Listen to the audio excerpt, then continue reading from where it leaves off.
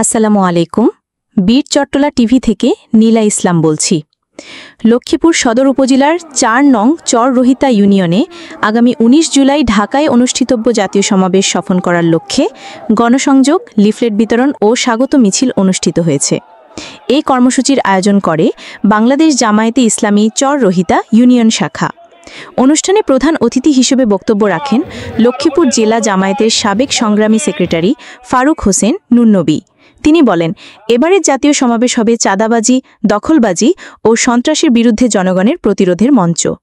সভায় আরও বক্তব্য রাখেন উপজেলা জামায়াতের সহকারী সেক্রেটারি আনোয়ার হোসেন পাটোয়ারি, উপজেলা বাইতুল মাল সেক্রেটারি মাওলানা কাজী রফিকুল ইসলাম, ইউনিয়ন আমির মাস্টার হুমায়ুন কবির এবং সেক্রেটারি মাওলানা ওমর ফারুক।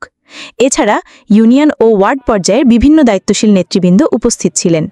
বক্তারা বলেন, আমিরে জামায়াতের নির্দেশনা অনুযায়ী সবাইকে মাঠে থাকতে হবে, প্রতিটি পাড়া মহল্লায় শান্তি ফিরিয়ে আনতে হবে, চাঁদাবাজ, সন্ত্রাসী ও দখলবাজদের বিরুদ্ধে সোচ্চার হতে হবে। ১৯ জুলাইয়ের জাতীয় সমাবেশকে সফল করতে সর্বস্তরের জনসাধারণকে ঐক্যবদ্ধভাবে অংশগ্রহণ করতে হবে। আয়োজকরা জানান, এই কর্মসূচির মাধ্যমে সাধারণ জনগণের মধ্যে সচেতনতা বৃদ্ধির পাশাপাশি জাতীয় সমাবেশে অংশগ্রহণ নিশ্চিত করাই তাদের মূল লক্ষ্য।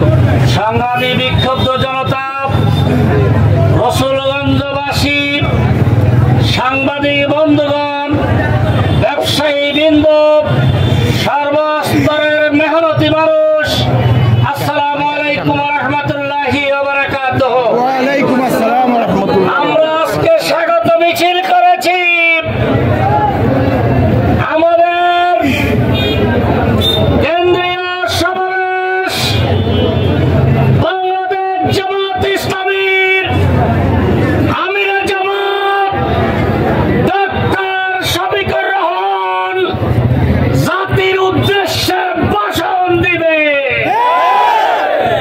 সেখানে